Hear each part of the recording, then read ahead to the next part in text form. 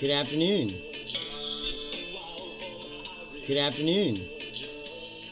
Welcome in to another edition of Bruce Leonard Leans Left.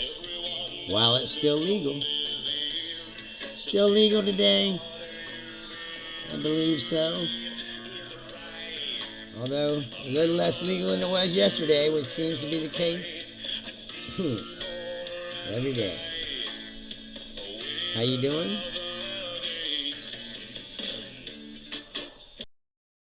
And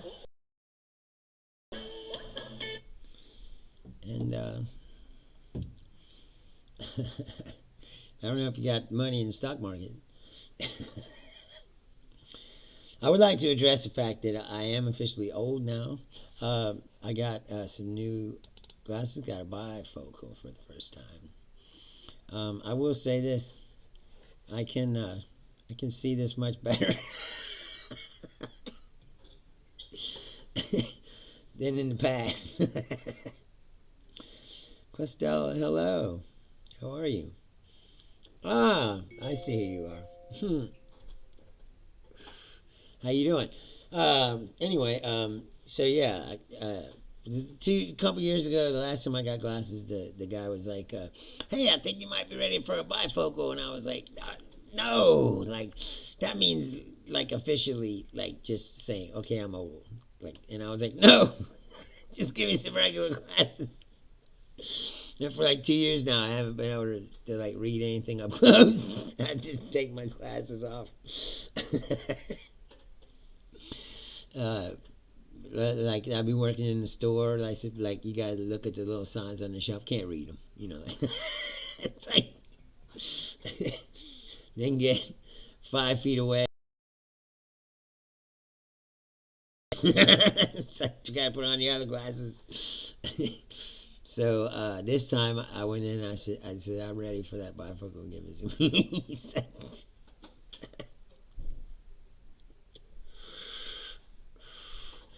I need that shit. I am old, I guess. Where should we start today? Like I said, there's so much going on. Let's start with the tariff thing, I guess. Okay, so he calls the tariffs. We talked about this 2 days ago, and tariffs were supposed to kick in on Wednesday. They did. Thursday morning, market tanks. But here's what they didn't understand, because we've gone over this before. These guys aren't really that smart, right? So this is what they didn't understand. Not only did the stock market start tanking, but people started selling off the bonds. If you don't know what a bond is, a treasury bond is bought by other countries. It's basically holding our debt for a small fee, you know. As long as they hold on to them bonds, the debt is secure, right?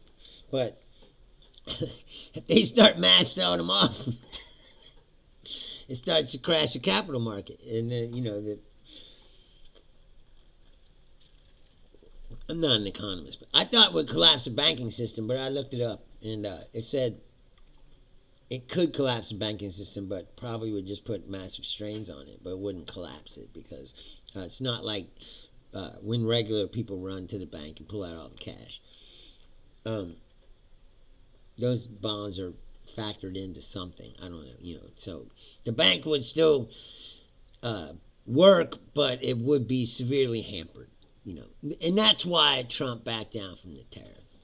Okay, because then people say, "Oh, he's playing 3D chess. It's the art of the deal." Like, no, it's not the art of the deal. It's they didn't think that people would start selling off their bonds. And when they did, they started freaking out. And his advisors went to him and said, "Hey, you got to do something about this, because we didn't anticipate this. And if the stock market crashes and these people sell off all the bonds, we're really going to be in trouble. So you got to pull the tariffs." And so no matter what they say, see, that's the other thing. You can't believe anything they say. They lie constantly. So at this point, I don't look at them as a reliable source of information for anything. They're going to tell you what they think you want to hear, regardless of what's happening. They live in an alternate universe. And if you watched any of that cabinet meeting today, these are nut lickers. Like he has surrounded himself with worshiping nut lickers. They worship him. I don't know why. But these people will do anything he said. They were, like these guys that run in his financial advisors. They let him walk all the way up to the edge of the cliff. And like I said, if the countries wouldn't have stopped or started selling off bonds, they would have kept going with this tariff thing. But I don't believe that they didn't. I said they didn't factor that into their little equation. They didn't. And see, they're not factoring in what's happening either. Like, the world is going to move away from us. As long as Donald Trump is in charge, you can't trust the United States to do anything or to be reliable. Because you don't know what this guy's going to do from one day to the next. So if you're Europe and you're like, are you going to strap yourself to this dude? Like, no. They're already moving to China. I mean, they're looking to China, and China's talking. The EU's already talking about taking their tariffs off of Chinese EVs, which is going to kill Elon Musk as well, because his sales are already down in Europe, and now they're going to import a bunch of tariff-free Chinese electric vehicles. And Tesla's going to take a hit as well.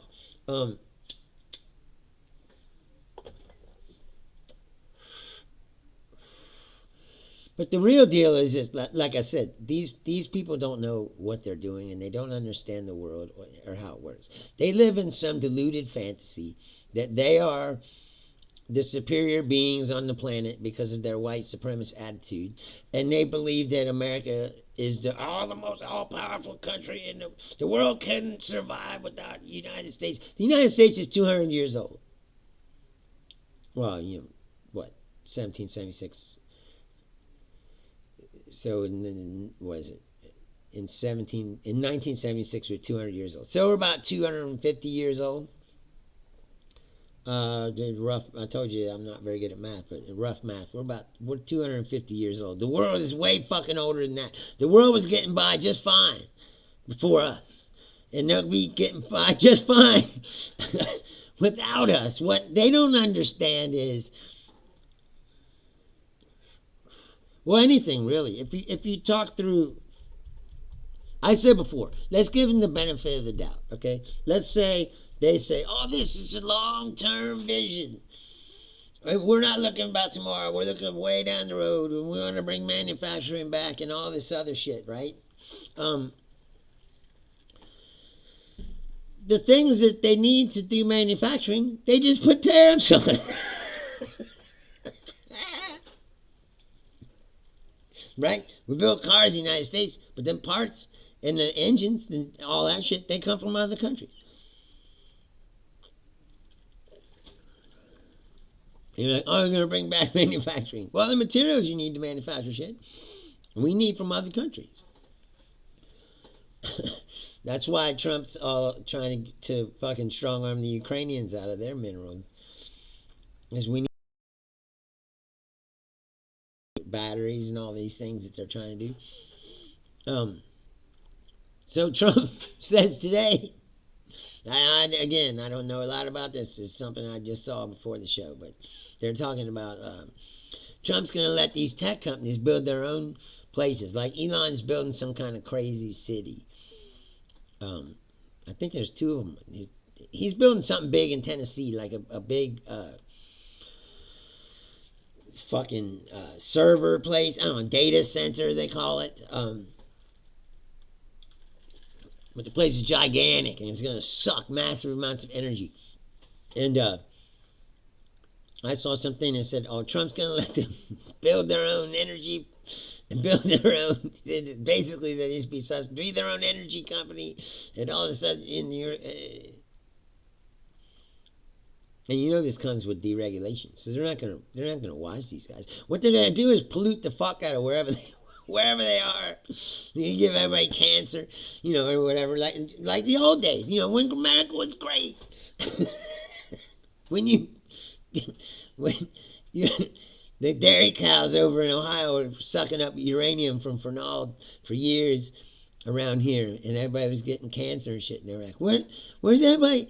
Why is everybody getting cancer? Well, there wasn't a uranium treatment plant right, right there.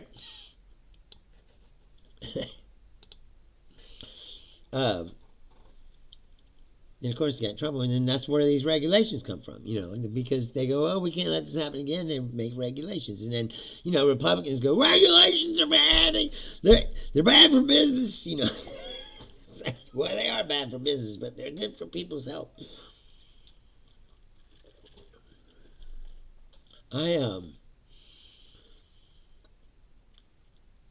I'll never for the life of me figure out why any person in their right mind would want to, like a regular person. Like, I see why rich people like Republicans, because they'll do anything to give you a tax break, or to make you more money.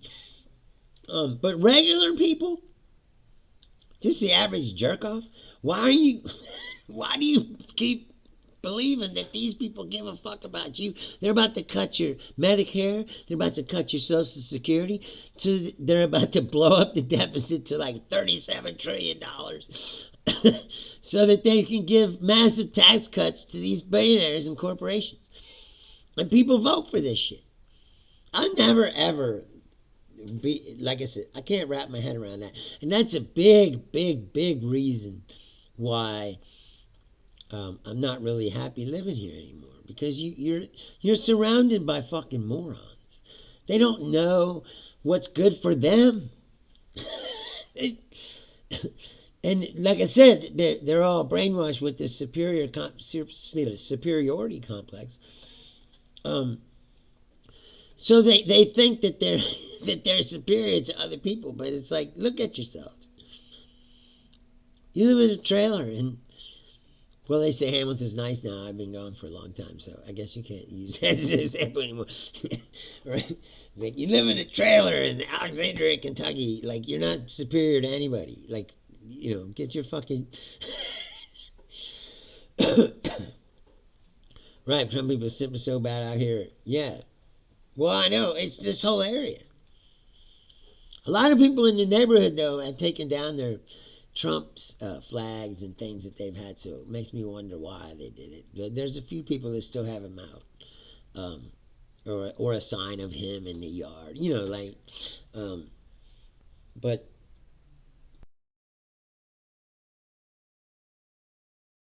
I can't wrap my head around fundamentally why people vote for people that just kick them in the balls.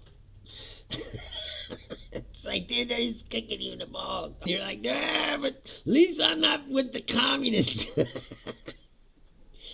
Out in Indiana, what, like 20 minutes over the border? What, like South Dearborn?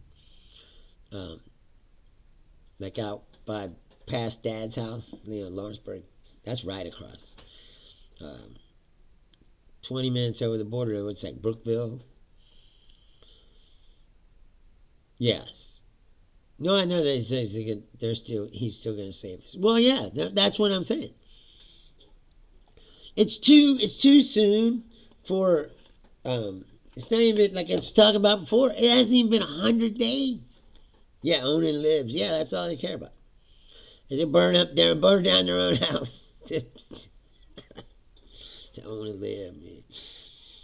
I've talked about that before, but it's a psychological phenomenon I can't wrap my head around. I don't understand it. These people are, no, I see you. You can talk to me here.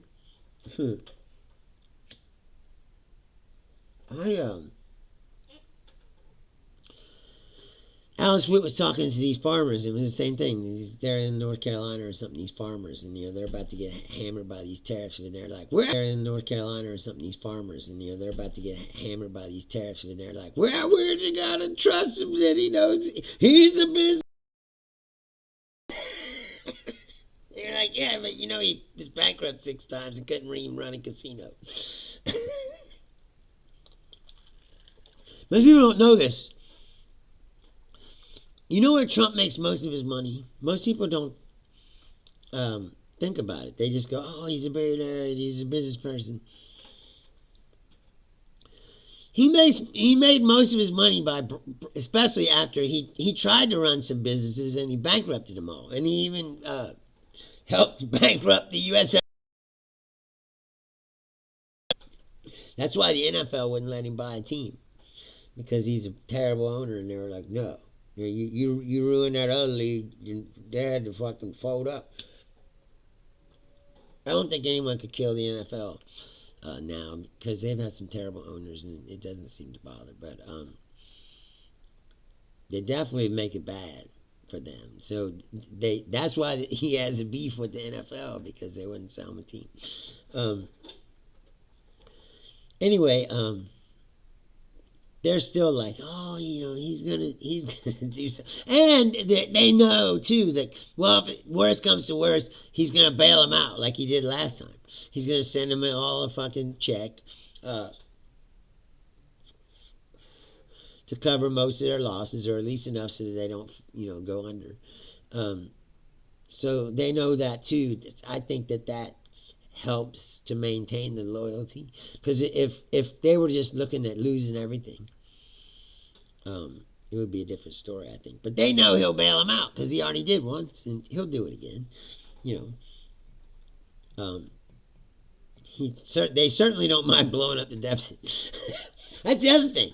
They got Doge and running around and go, oh, America's going to go bankrupt. We got to do all this cutting because we ain't got the money. And look at this. Look at the deficit. Oh, and then they fucking turn around and they want to blow up the deficit to $37 trillion. And cut taxes so you're not bringing in as much money because you cut taxes. So they're like, oh, we got to cut all this other shit. That's why they want to cut Medicare now and Social Security.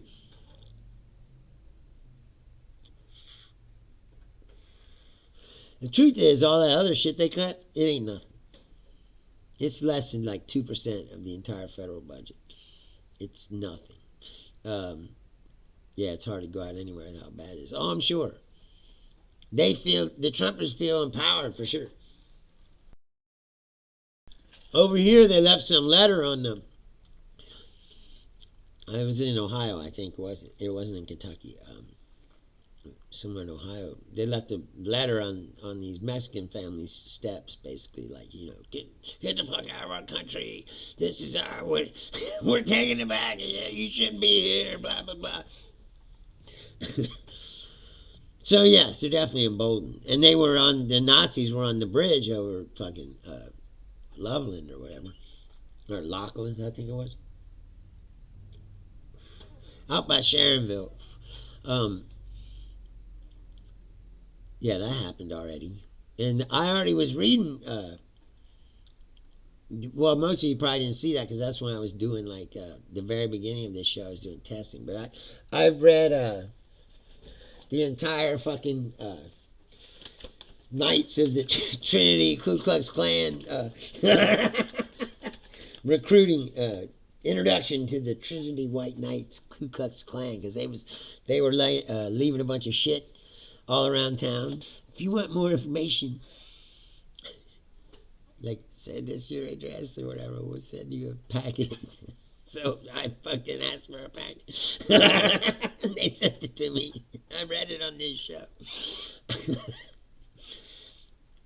I don't think, well, it might be there.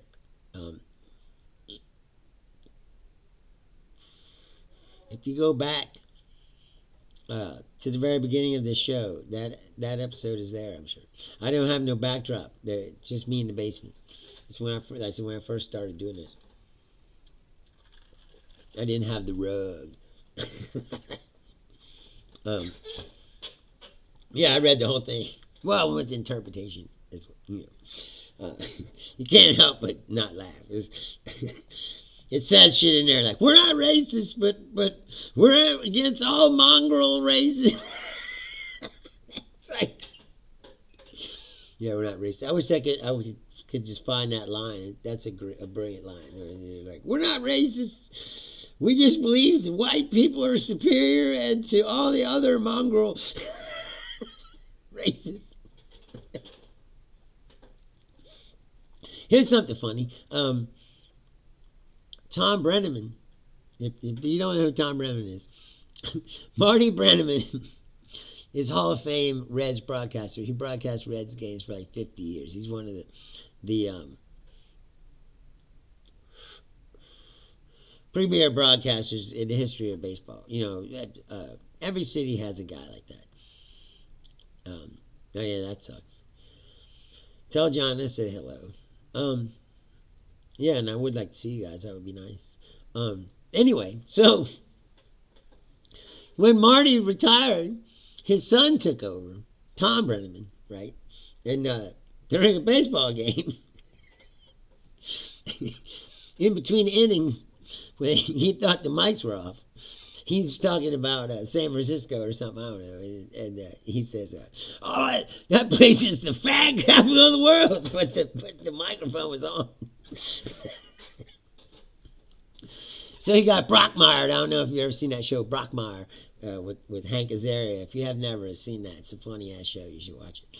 But yeah, it's the same story. He's a sportscaster who melts down on the air, and he gets thrown out of his job, in the middle of the game or whatever, and he has thrown out of his job, in the middle of the game or whatever, and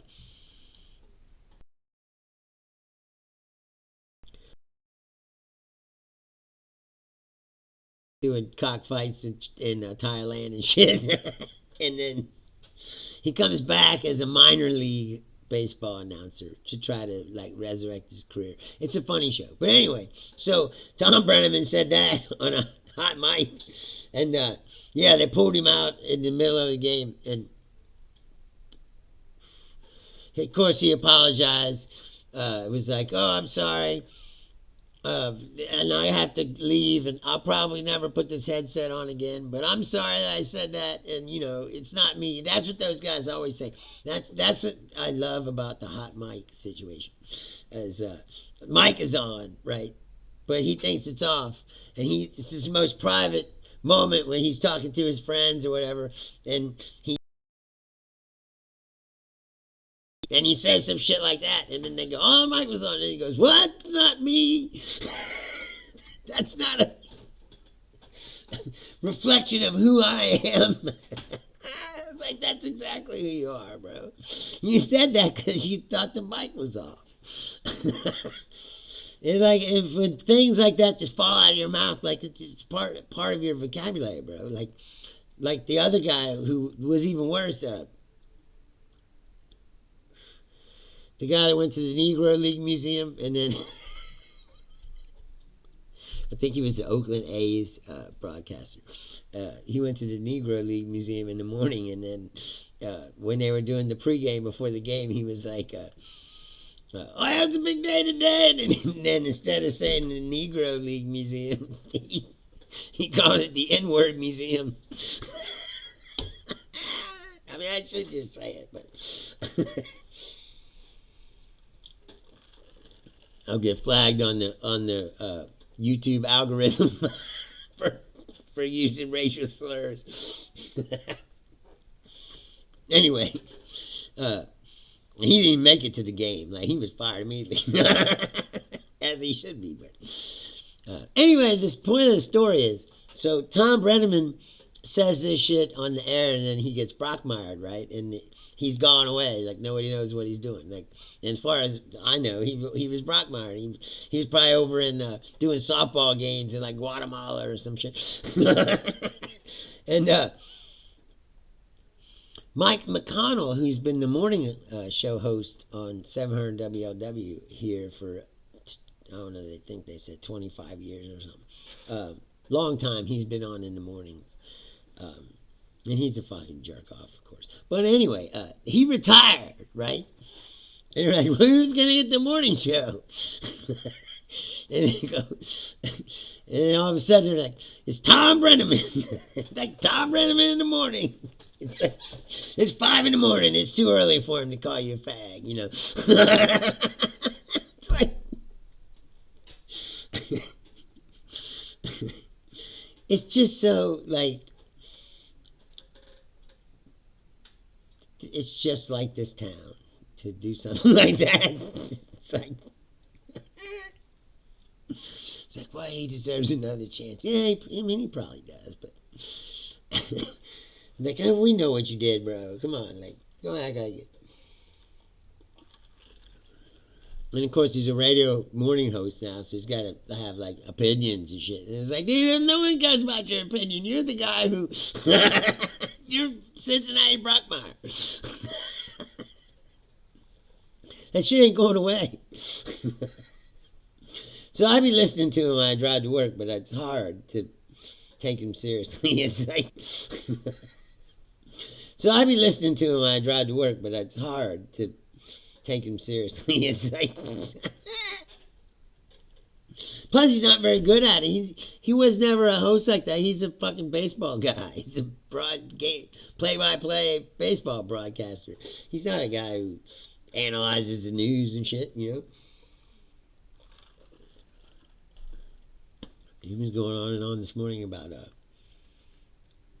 some guy got caught trying to pick up some kid at a baseball game, and he was going on and on and on. He's like, "Well, I don't want to make this show too serious in the morning, but," and he just kept going on. It's like, dude, move on, man.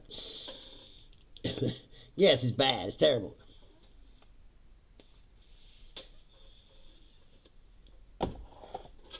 It's 5 in the morning. I'm driving to work. You know, like, just tell me about the baseball game and you know, did the Bengals sign Trey Hendrickson or not? You know, that's the shit I care about.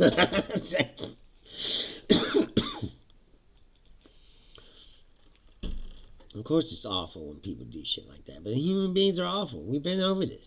You know, it's like, human beings are not good. Maybe people, that's the myth that people go, human beings are good. I don't want to hear that shit.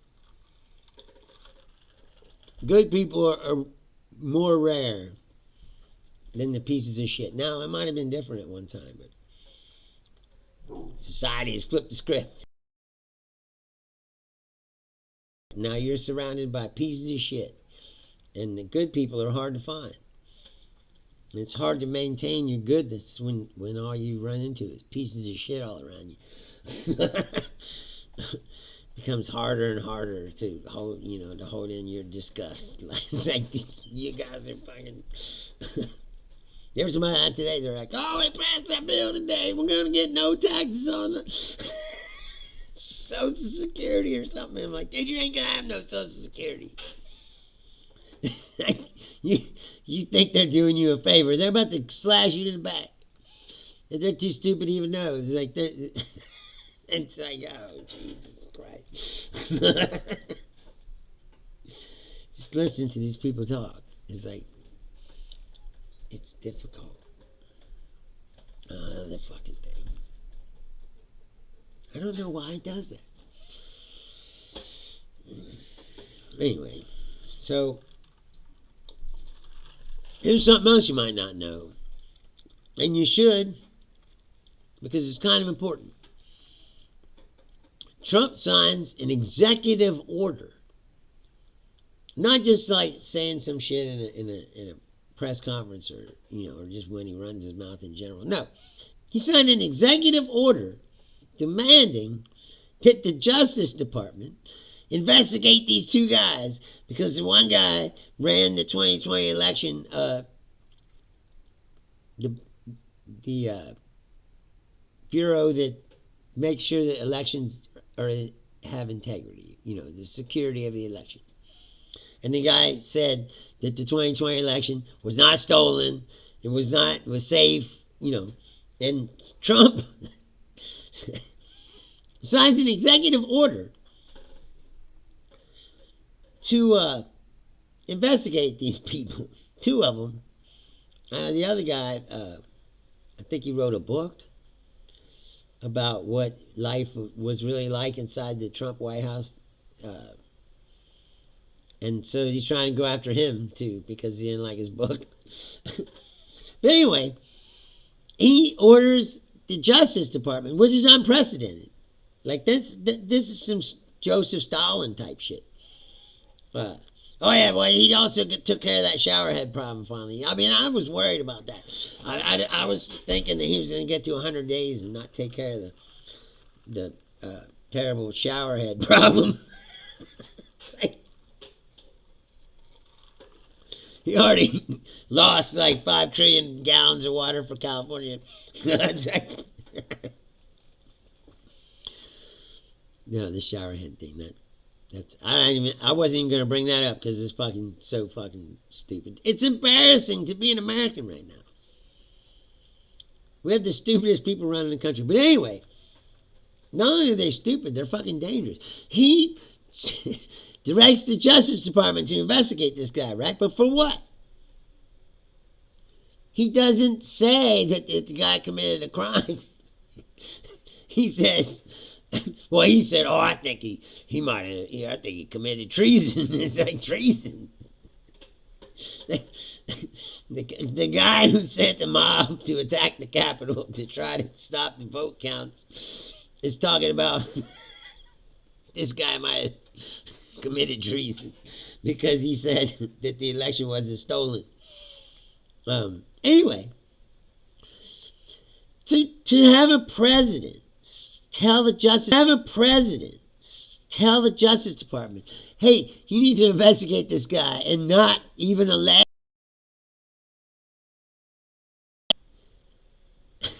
is pretty fucking frightening, man. You should think about that just for a second. Let that wrap around the inside of your brain. Like, he didn't accuse him of anything specific. He said, "I don't like what this guy said." Basically, the election wasn't stolen. And see, this is the problem when, like I told you before, like they live in an alternate reality, an alternate universe that's not real. Okay? Most of their beliefs are based upon complete and total bullshit, right? And the real world doesn't care about your bullshit.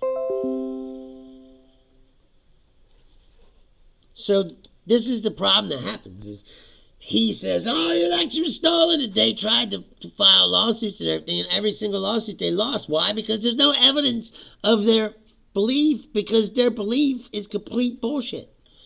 But yet they believe it, so they just keep trying to hammer the square peg into the round hole. It's like if you gave the little kid the square round thing, and he just, instead of figuring it out, he just kept hammering the thing that didn't fit.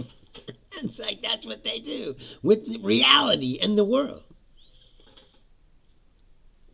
It's just like their bullshit. Trump thinks, "Oh, America's all powerful. The world can't survive without us. Well, and so I can tariff the fuck out of them, and they'll have to come crawling to me, and like that's not how it works, bro."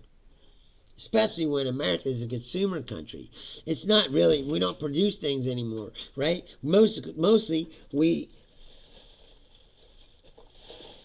are a service and tech economy now, right? And they send all the shit from China, so it's cheaper, and regular people can afford an iPhone and things like that, and so they feel like they're not poor. It's like a illusion. They say, "Oh, here's all these toys. You can afford all these tech toys, and that means you're not poor." No, you're poor. It's like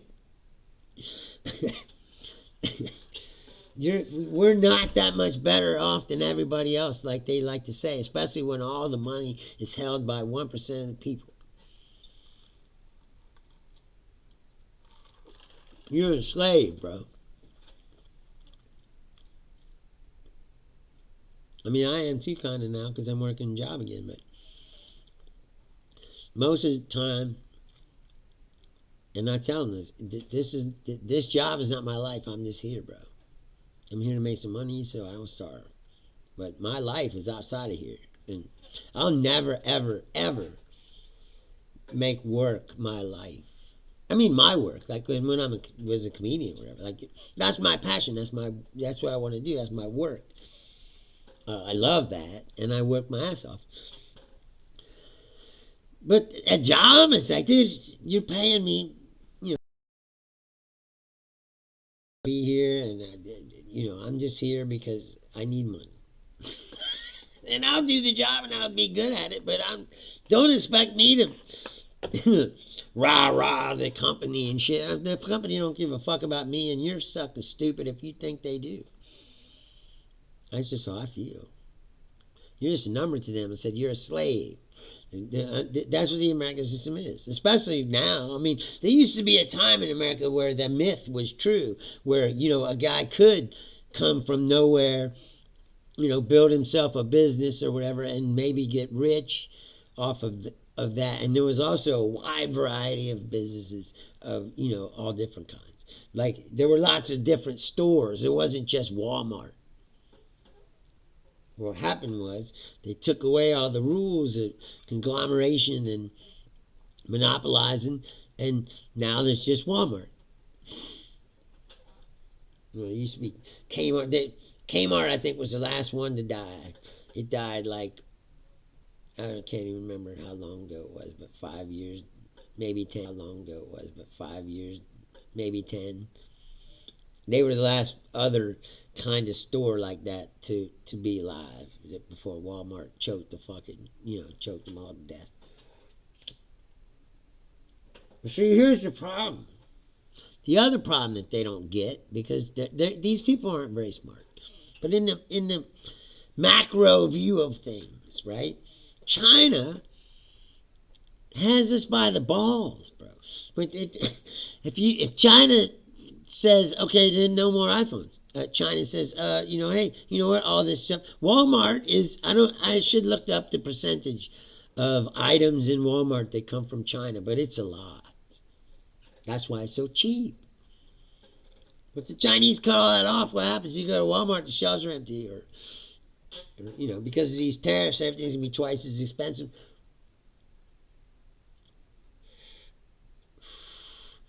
These are things. Big Lots just died. I think they just passed, like last year, or this year even. They closed them all down. Yeah, no, it was this year because they said it on the radio in the car. When I was driving to work one morning, that Big Lots was finally just going out of business and closing up all their shit. They sold the rest of whatever they had left. They sold to some equity company, probably Apollo Capital Management or was it Blackwater? Not Blackwater. BlackRock. There's a few of them, big giant capital hedge fund things that come in and buy, like the people that bought Frisch's and ran it into the ground.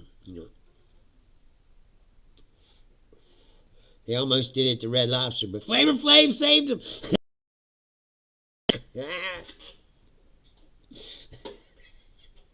Flav did save Red Lobster. I don't know how, but he was.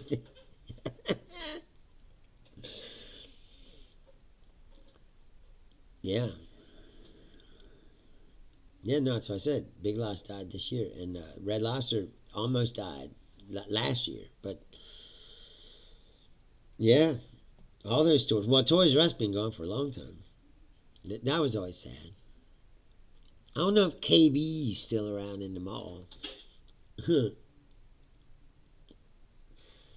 Yeah, there's not very many like just toy stores anymore. Like everything. I said Walmart put everybody out of business.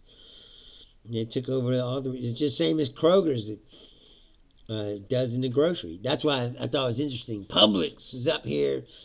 Publix opened up a store out in Walton, I think, or no, Richwood, Kentucky.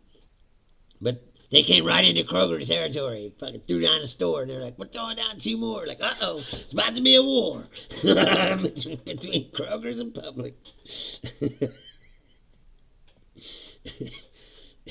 Because Publix is just as like evil as Kroger's at wanting to take over the entire grocery industry. I'm still surprised that Trump hasn't turned back on the Albertson Kroger merger.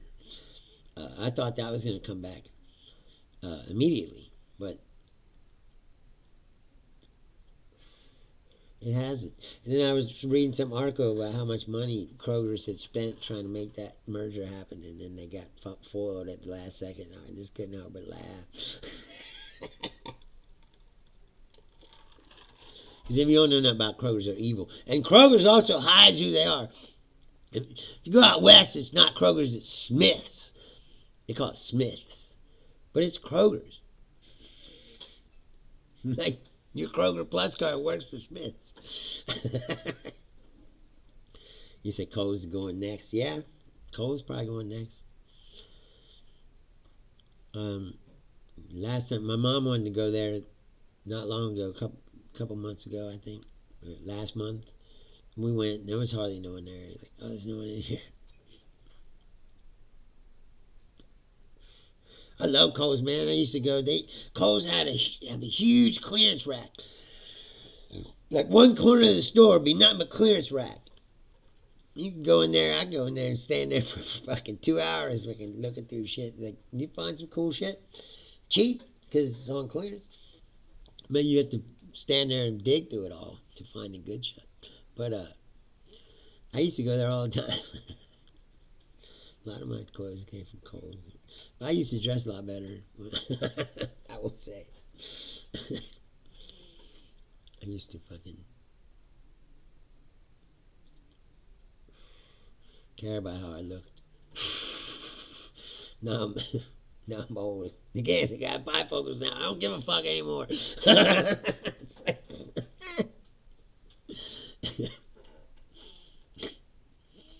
Somebody actually said that, I think. When I was gone for years, and I came back, and I went down to Louisville to do something, and I was just wearing my flannel and t-shirt, and this guy was like, "Man, you used to be the best dressed comedian all the time," and he's like, "Now you just look like a grunge dude." It's like, he's right. Like, I used to wear suits, and I used to wear like Chinese V's and weird shit. Like I used to care about how I looked a lot more when I went on stage. I mean, I still wear a blazer, and I'm not all like I said. I used to put on suits and shit. I don't know why I stopped. I guess it's a lot of shit to lug around all the time. Black Friday. I never did Black Friday. I didn't want to punch somebody over a television set or an Xbox. Get in a fist fight. Like, what happened to your face, man? Oh, man, I was trying to get an Xbox. It's Black Friday.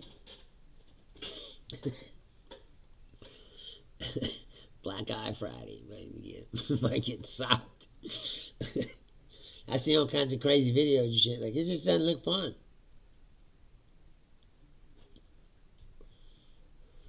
Don't look fun. I don't know. I'm not one of those people. I'm not afraid of big crowds, and I wear security, so you got to work in these crowds. So it's not like I don't mind a bunch of people, but it's got to be something really cool now for me to want to get in a group of people like that. When you work in security, it's different because people get out of your way. You know, when I was in Vegas, you'd have a suit on, look like a Secret Service agent, got a wire in my ear. You know, like, people move out of the way when they see you coming.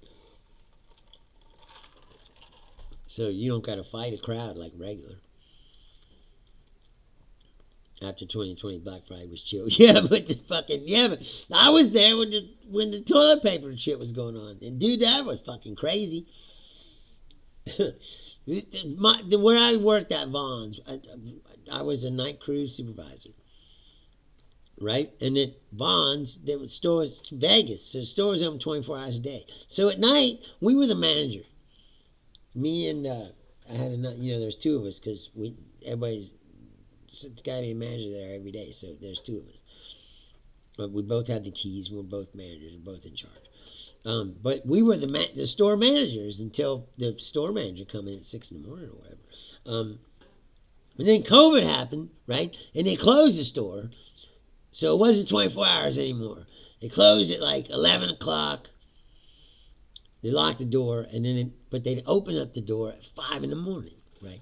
So it was COVID, and so people would come. I swear to God, people would come and be lined up outside the store in the parking lot at 5 in the morning.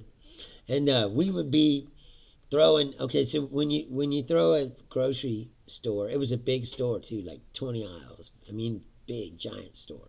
So we started to at aisle one with the beans and shit or whatever, cans, and then we moved down. So mostly you do all the food, and at the end you get to the paper and the laundry soap and all that shit, right? So you're not doing that till the end of the shift. So it's like 5 in the morning and we're stocking the toilet paper, and you could hear them open the door, and you can hear people grabbing the carts.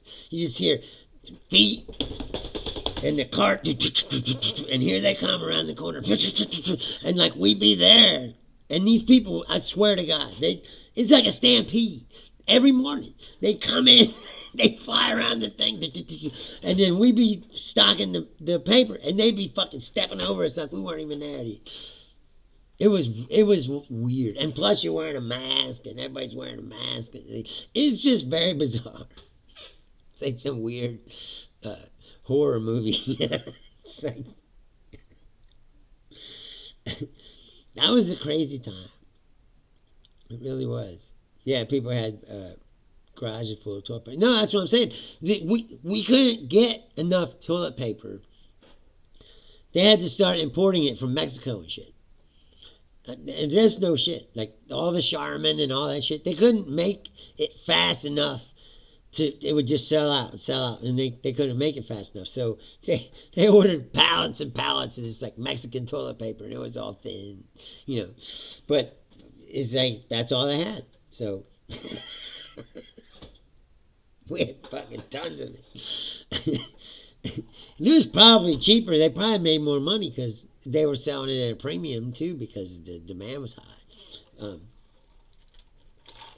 They jacked up the prices on everything, you know, milk, eggs, toilet paper, all the essential things that you would need. Yeah, see, in Vegas, they shut the city down. I know out here they didn't, there's a lot of places they didn't do nothing there. She says they didn't mask in Indiana yet. But out there, they shut all the casinos down. They shut it. The whole city was basically shut down for a year. All you could really do was get some drive-through, you know, or whatever. And after a minute, they let little bars open. But you had to have, you know, there's all these weird rules of 6 feet away, and you have a mask on, and like,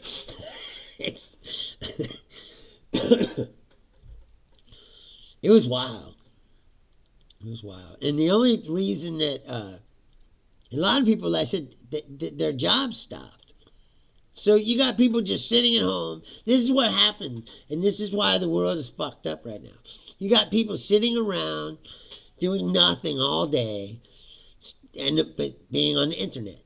You know, basically staring at the internet and going down all these rabbit holes, and you know that's where the QAnon came from, and you know, it's like they like all gravitated together, all these fascists, and created this fucking bubble for themselves where you know the world is needs fixing. You know, that's what they that the fascists all the way at the core of fascism is always like, well, the world needs fixing, and there is put it in order. In India is like a month or something. Yeah. No, out west, I said they closed the Las Vegas shut down for a whole year. The only thing was open was grocery stores, restaurants, and then, like I said, after a minute, they let little bars open up, but they had all these weird rules. And there were people who,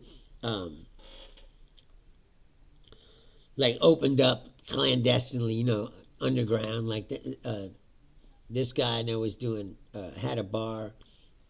And so it was like a speakeasy at that point. It was like he wasn't supposed to be open, but he was open. And this guy named Slammy, and I know he was like he's a huge comedy, and he's a really cool dude, but he's a fucking right wing Trumper. And he's like, oh, they're trying to take away our freedom and everything. And so he put on a comedy show every Wednesday, and I'll confess I went to it. It's like, what are you gonna do? Most of the time it just works. But what I'm saying is, I was lucky in that my job never went away. Like, I worked in a grocery store, so as a matter of fact, they were like, hey, it's so fucking crazy right now, you can work as much as you want, unlimited overtime. So I just worked during the pandemic. Most of the time I went to work every day, and sometimes I'd work 10, 12 hours, and then I'd go home, and there was nothing to do, sit around and hang out with the dog.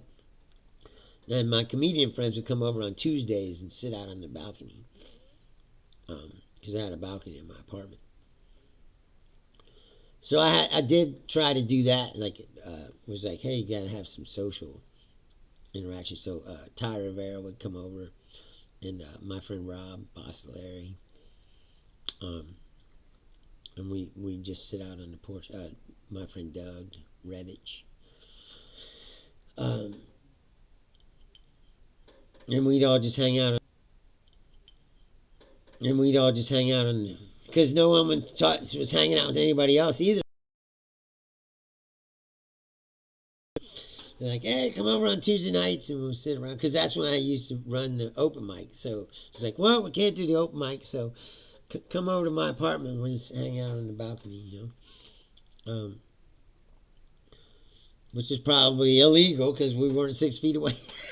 It's like, that was one of the, I mean, I understand why, but it's like, I stand 6 feet away. It's like, it's hard.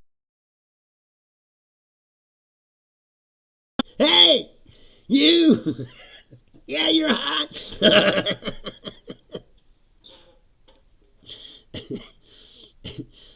I'd really like to get to know you, but you're 6 feet away.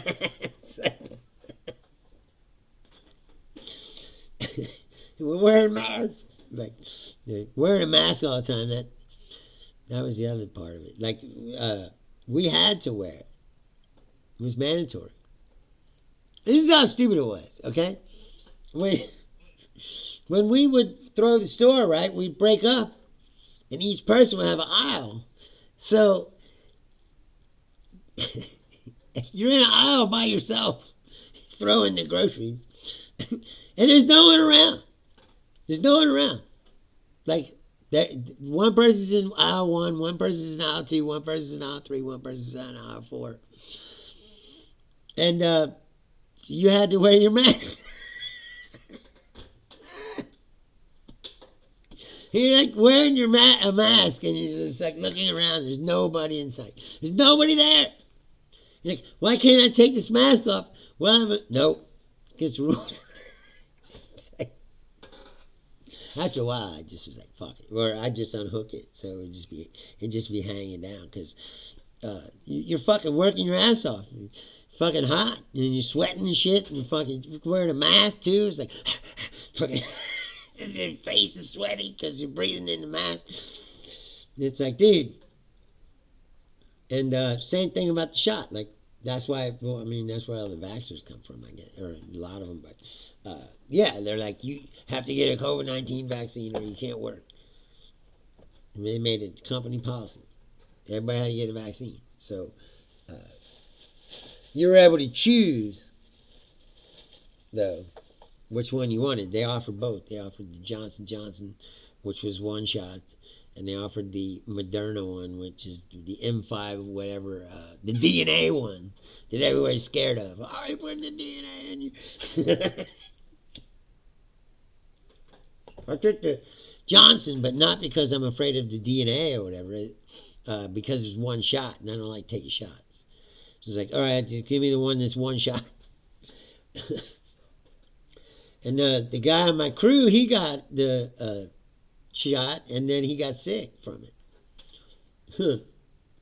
I mean, he didn't die, but I mean, he got sick, and he was sick for a few days. I didn't get sick. I don't. Well, we talked about this before. I don't get sick very often. I got a strong immune system. I think it's from my 6-month stint of homelessness in New York City when I was like 18, sleeping on the subway train and shit, and that shit fucking toughen you up.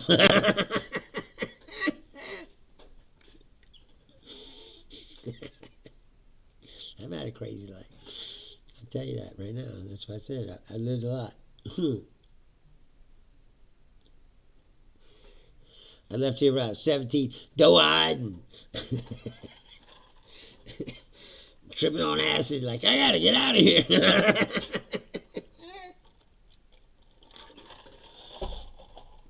I do even then. It's like, all the things that I want here, they're not available to you. If I want to do what I really want to do, I got to get out of here, at least to get the ball rolling. Like, now I'm established enough that I can go back to Vegas and do comedy if I want. And people, I can still call my agent and get some work on the road. I'm just on hiatus.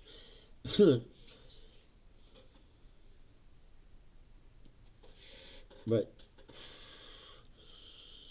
I've had a crazy life. I've lived a lot. I've done a lot of shit. And again, I've never been anyone's slave. I think everybody's starting to realize it, but I mean, the system's a joke.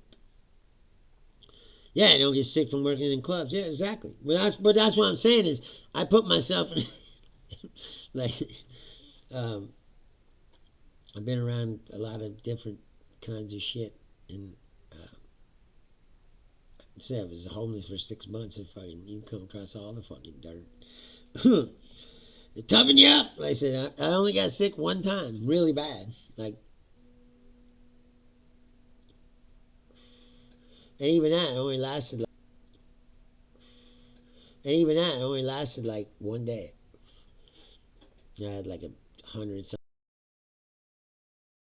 Sweating, but I was shivering and cold. I never had that. Only one time. And I said I put on the sweatpants and a couple sweatshirts, and I wrapped myself up with a big quilt, and I fucking just sweated it out. I never went to the doctor. I never forget that, though, just because my girlfriend thought I was trying to make me go to the hospital, and I never did. It was like, he needs to go to the hospital. So my mom was on the phone trying to tell me to go to the hospital, and I was like, fucking.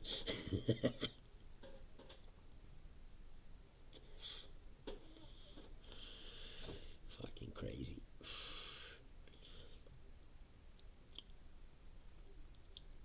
And anyway, so Robert Kennedy, turns out he don't believe in the vaccines.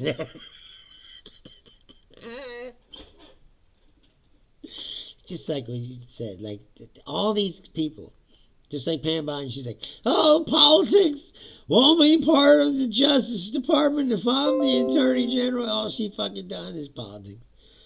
She goes on Fox News like twice a day, shilling for Trump. It's all she is political. Now she's going to investigate this guy because Trump told her to, and with no accusation of a crime. They're going to find something. They're going to make something up. What I hope happens is they try to make some case against this guy, and they go to court and lose. Because, like I said, most of their assumptions are bullshit. They're either outright lies or they're like conspiracy theories that they actually believe.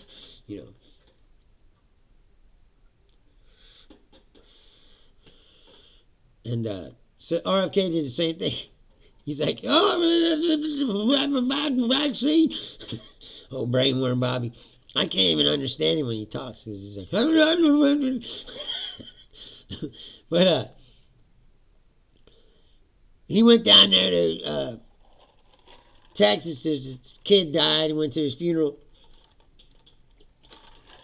and then told the parents or something. I don't know, something about. Oh, I don't know about vaccines. And now he says, we're going to get to the bottom of what causes autism, and we're going to, and you know what that means. That they're just going to say, these vaccines cause autism, and they're going to try to pull them off the market. We're going, I told you when we first started this show, we're going back to 1890. That's where we're going. Get in the car. We're going. We got measles, tuberculosis. We got dysentery. We got.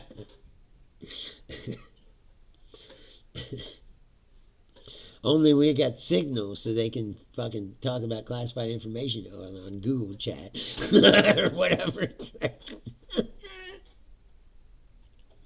It's all so fucking stupid. It's embarrassing to be an American right now. I mean, there's just no lies. It's embarrassing. I mean, like, how can this happen?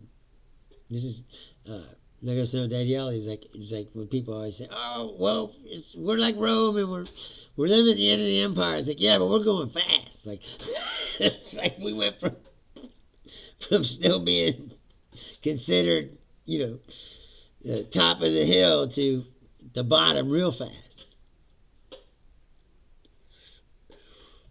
Real fast. 70-something days. No, it's like, oh, the president's first 100 days. Like, he ain't even got to 100 yet. He's already destroyed the fabric of the entire world.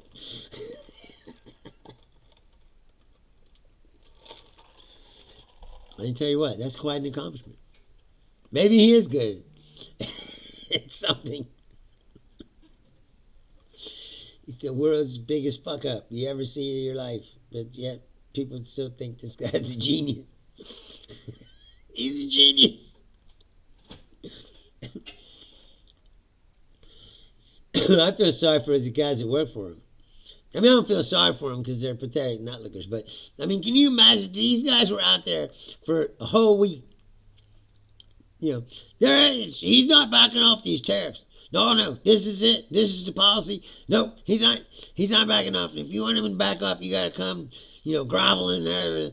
And then, 5 days. He's like, guy was testifying in front of Congress.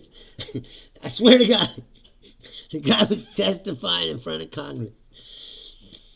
Talking about all these tariffs, this is the policy, and this is it, and it's not, nope, we're not backing off of it. And somebody was like, whispered in his ear, and he looked at his phone.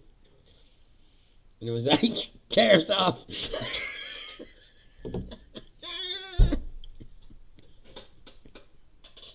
He found out from reading Truth Social. While testifying in front of Congress, the president's position that he ain't backing off on these tariffs.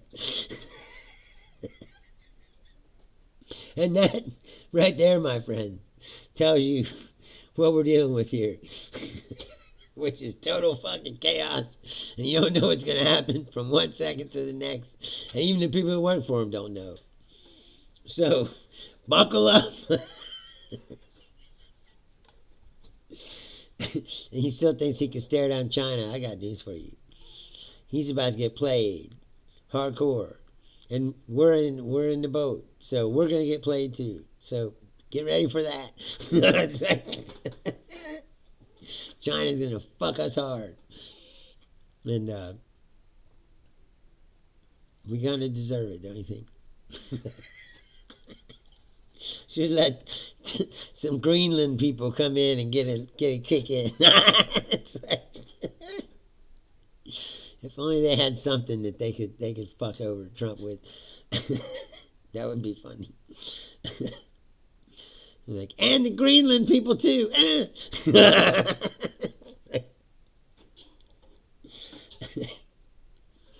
world ain't gonna be the same. I said, even if we elect a Democrat Congress in 2 years and we elect a Democrat president in 4, he's going to have a lot of work to do.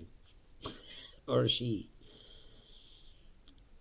Just it's going to take a long time to undo this damage. And you might not be able to ever. Because once they move on and set up another system, and we're froze out of that, now you got to beg them to let you in.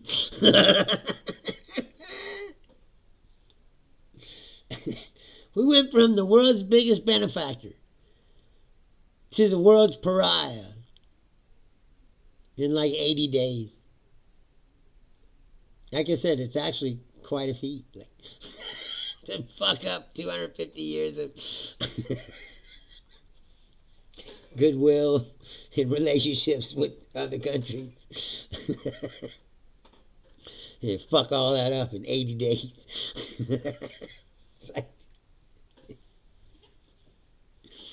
It's unbelievable.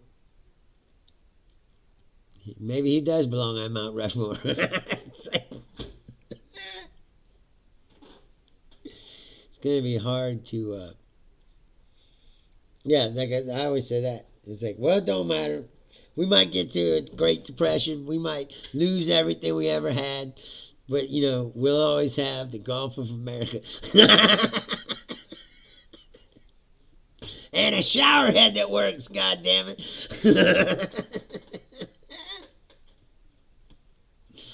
Thank God he solved that shower head problem.